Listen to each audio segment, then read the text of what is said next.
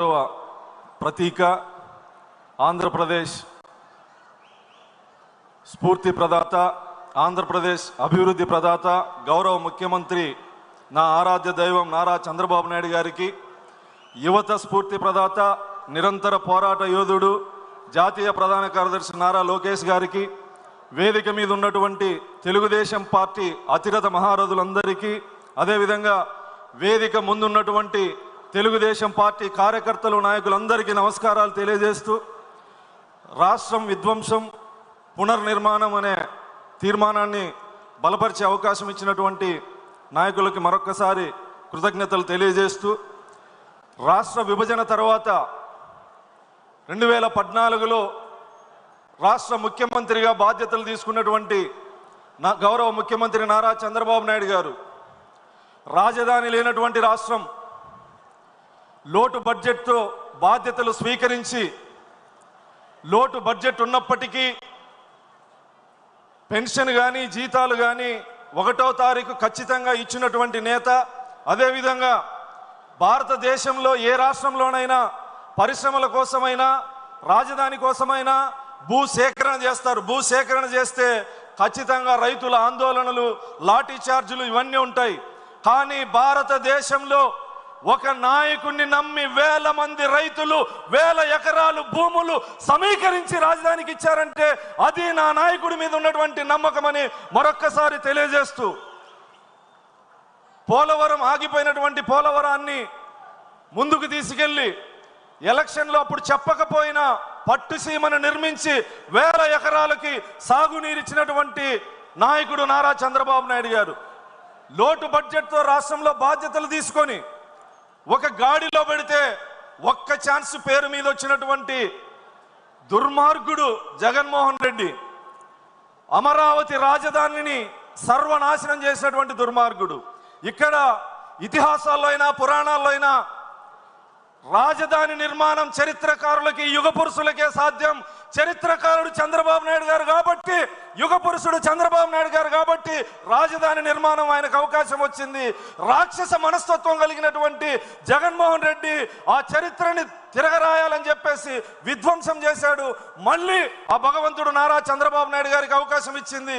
ఎక్కడైతే జగన్మోహన్ రెడ్డి విధ్వంసం చేశాడో మళ్ళీ అక్కడే పునర్నిర్మాణాన్ని మొదలుపెట్టి రాజధాని పనులు వేగవంతం చేస్తూ ఆగిపోయినటువంటి పోలవరం పరుగులు తీసే విధంగా రాయలసీమ ఉత్తరాంధ్రలో అభివృద్ధి వికేంద్రీకరణ చేస్తూ రాయలసీమలో మారుమూల నియోజకవర్గాలకు కూడా పరిశ్రమలు తీసుకొస్తూ అంద్రినీవా ప్రాజెక్టుని పరుగులు పెట్టిస్తూ చివరి ఆయకట్టు వరకు నీరిచ్చే విధంగా కృషి చేస్తున్నటువంటి నారా చంద్రబాబు నాయుడు గారు, మీరు 19లో విధ్వంసాన్ని చూశారు.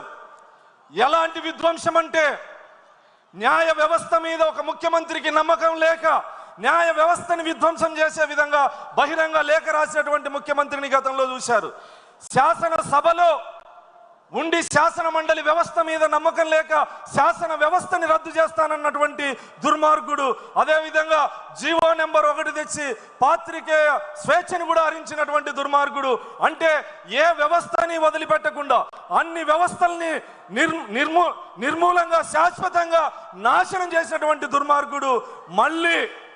మళ్ళీ చంద్రబాబు నాయుడు గారు మీ అందరి కార్యకర్తల త్యాగాల ఫలితంగా కష్టాల ఫలితంగా మళ్ళీ తెలుగుదేశం జెండా రెపరెపలాడి ప్రభుత్వం లేకొచ్చిన తర్వాత ఎక్కడైతే విధ్వంసం జరిగిందో, ఎక్కడైతే జగన్మోహన్ రెడ్డి విధ్వంసం చేశాడో అక్కడి నుంచి మళ్ళీ పరిపాలన మొదలుపెట్టి ఈరోజు ఉత్తరాంధ్రలో పరిశ్రమలు, రాజధాని నిర్మాణం, రాయలసీమలో కియా లాంటి పరిశ్రమలు గతంలోనే తెచ్చారు. మారుమూల నియోజకవర్గం కర్ణాటక బార్డర్లో ఉన్నటువంటి మడకశిర నియోజకవర్గానికి కూడా డిఫెన్స్ ఫ్యాక్టరీలు తీసుకొస్తున్నటువంటి చరిత్ర కలిగినటువంటి నాయకుడు గౌరవ ముఖ్యమంత్రి చంద్రబాబు నాయుడు గారు. అదేవిధంగా ఈరోజు గతంలో విద్యుత్ రంగాన్ని నిర్వీర్యం చేశారు.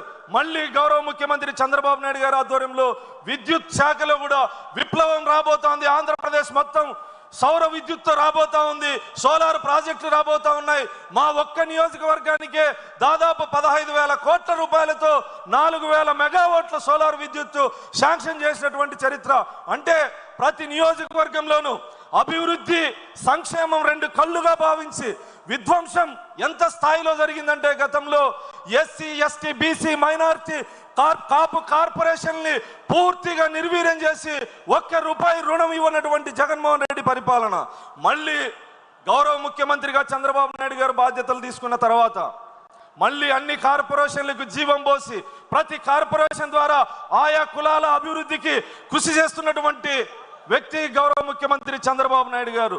గతంలో పోలీస్ వ్యవస్థని జోబు సంస్థగా వాడుకొని ప్రైవేట్ సైన్యంలో వాడుకొని చేయనటువంటి దుర్మార్గాలు లేవు. తెలుగు ప్రజలు ఆరాధించే చంద్రబాబు నాయుడు గారిని కూడా జైల్లో పెట్టినటువంటి దుర్మార్గుడు, వేదిక మీద ఉన్నటువంటి అనేక మంది నాయకుల మీద, వేదిక కింద ఉన్నటువంటి కార్యకర్తల మీద అక్రమ కేసులు పెట్టి వేధించినటువంటి దుర్మార్గుడు జగన్మోహన్ రెడ్డి అని సందర్భంగా తెలియజేస్తూ, మళ్ళీ ఈ రాష్ట్రంలో ప్రజాస్వామ్య పరిపాలన జరుగుతూ ఉంది. గౌరవ ముఖ్యమంత్రి చంద్రబాబు నాయుడు గారి ఆధ్వర్యంలో పరిశ్రమలు, సాగునీటి ప్రాజెక్టులు, తాగునీటి ప్రాజెక్టులు అన్ని మళ్ళీ ఆంధ్రప్రదేశ్లో జీవం పోసుకోబోతా ఉన్నాయి.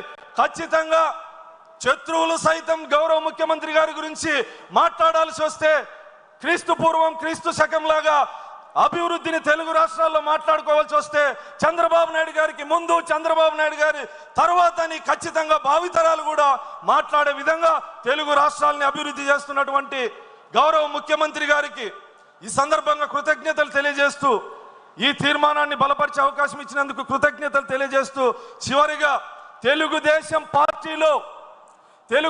పార్టీలో కష్టపడి పనిచేసే కార్యకర్తలు ఏ స్థాయికైనా రావచ్చనడానికి నేను ఒక ఉదాహరణ. నిరుపేద దళిత కుటుంబంలో పుట్టి తెలుగుదేశం పార్టీని, గౌరవ ముఖ్యమంత్రి చంద్రబాబు నాయుడు గారిని నమ్మి పనిచేస్తే ఎటువంటి బ్యాక్గ్రౌండ్ లేనటువంటి, గాడ్ ఫాదర్ లేనటువంటి ఒక సామాన్య కార్యకర్తని ఈరోజు శాసనసభ్యుడు చేసినటువంటి సందర్భం మీ అందరికీ తెలుసు. కష్టపడి పనిచేస్తే గాడ్ ఫాదర్లు మనకు అవసరం లేదు. మన God Chandrababu, God father Nara Lokesh గారు, మధ్యలో అంబికా దర్బార్ బత్తులు అవసరం లేదు. దానికి నేను ఒక ఉదాహరణ చెప్పి సందర్భంగా తెలియజేస్తూ, చివరిగా నేను ఒక నిరుపేద దళిత కుటుంబంలో పుట్టా, వివక్షత అణిచివేతను అనుభవించా. మా గ్రామంలో ఎలిమెంటరీ స్కూల్ పడిపోతే గుడిలో స్కూల్ పెడితే గుడి లోపల బీసీ ఓసీ పిల్లలు, గుడి బయట మేము వర్షంలో ఎండలో అంత వివక్షత అనుభవించిన నేను ఈరోజు గౌరవ ముఖ్యమంత్రి చంద్రబాబు నాయుడు గారి ఆధ్వర్యంలో ప్రపంచ ప్రఖ్యాతిగాంచిన తిరుమల తిరుపతి ఆలయంలో పాలక మండలి సభ్యుని చేసినందుకు నేను చిన్నప్పటి నుంచి అనుభవించిన వివక్షత ఈరోజు ఆత్మగౌరవంతో ఉన్నానని గౌరవ ముఖ్యమంత్రి గారికి సందర్భంగా తెలియజేస్తూ, నిన్న మొన్న కడప జిల్లాలో కొంతమంది ప్రెస్ మీట్లు పెట్టి మాట్లాడుతాండ్రు. తెలుగుదేశం జెండాలు ఎక్కడెక్కడో కట్టారు, మేము అధికారం లేకొస్తే తెలుగుదేశం పార్టీ నాయకులు